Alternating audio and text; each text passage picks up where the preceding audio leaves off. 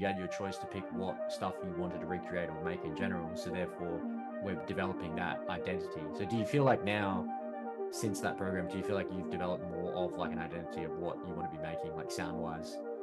Yes, but I'm also comfortable with the fact that that's always going to be a changing thing. Like I seriously doubt there will ever be a time where I'll be like, I am complete and I know exactly what I want. Because like there's so much that you can change around and it's always evolving. But I feel confident, which is a good thing. And what was the main thing you were talking about just now about your takeaway from the whole thing? There's quite a few things. I'm just gonna click Yeah. OK on this thing. Yeah. So to reiterate, sound design is massive. And I was a little bit like, Jesus Christ, can this guy really teach me sound design in 10 weeks? Because it's fucking huge. And it gave me a basis for understanding all of sound design. It would not be realistic to go through each specific example because there's almost an infinite number of them. But just teaching the fundamentals of how to correctly do signal chain, particularly for me, it was understanding how to use EQ going into distortion, because I would only ever use distortion or saturation without understanding how beforehand EQ would help with that. So do you mind reminding me, what was I saying before? What were you trying to Well, lead me to? I mean, what you were saying was perfect, really. Like, it's such a vast, it's like endless amount with sound design. Like, regardless of what you're learning now, you might be doing something completely different in a couple of years. Like, line picks might be different. You might be doing something instead of resampling, you might be doing more like synth-based stuff. Yeah. Oh, yeah. The thing that I was leading to as well was that it's very difficult to set a boundary between like sound design and what is just like compositional kind of technique. So for me, I really like full wall of sounds and very like, emotional music.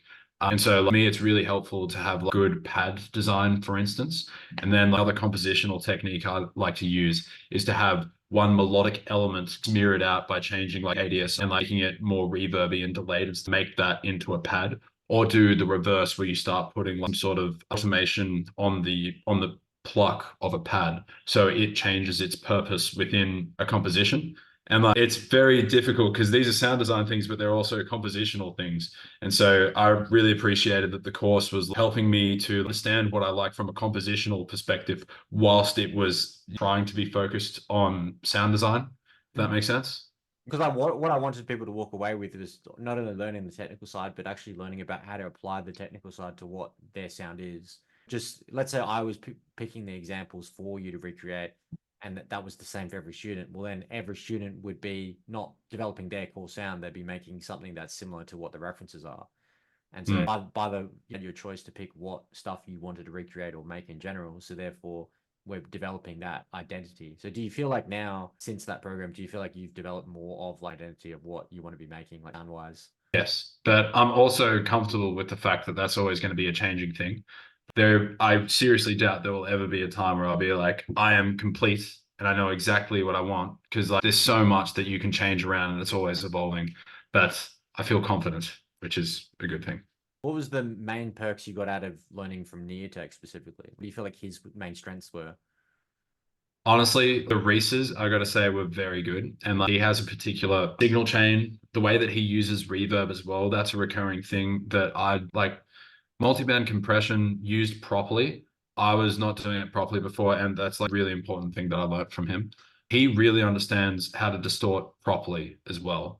So it's that proper use of compression, proper use of EQing and distortion, and just general signal chain as well.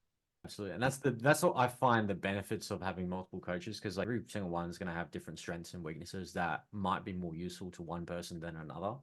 Like example, maybe those things weren't really stuff of interest to you, and then you could be working with a different coach that highlights other things. So I'm glad that that specific coach was best bet for what you were really going for. Even though he was making, you would argue it's what he makes is very different to what you make, right? You still found out like that technically wise, you learned a lot from that whole approach.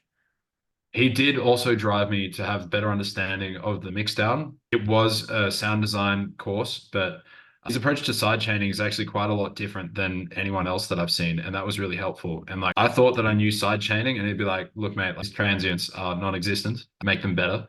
And also with the sides as well, I wasn't exactly having phasing all the time, although that was also an issue sometimes. But just like his understanding of how I should make something stronger by making it mono were all things that I'd not properly considered before. So he was helpful in that regard. Yeah, awesome. And since finishing that program, I came into the last session to see what the final outcome was of that last track. And I can tell based on, because we did the first program together, the Artist Launchpad, and I can tell from the last song that you made at the end of that song program versus this song, it's vastly different.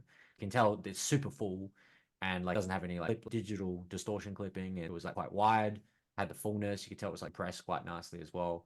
So all the things that were lacking in the last time we ended the course, it's now completely fulfilled. But moving forward, what do you feel like you're going to focus on now?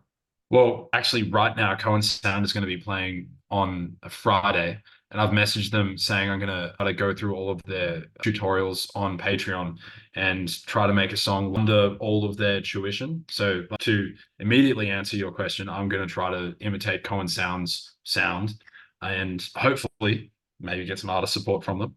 Sick. I think I'll experiment with like neuro kind of stuff.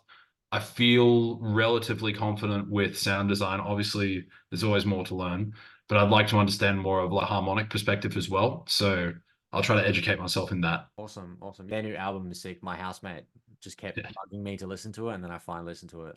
So Yeah. wait, what song is of theirs is my favorite? I have one. Altercast.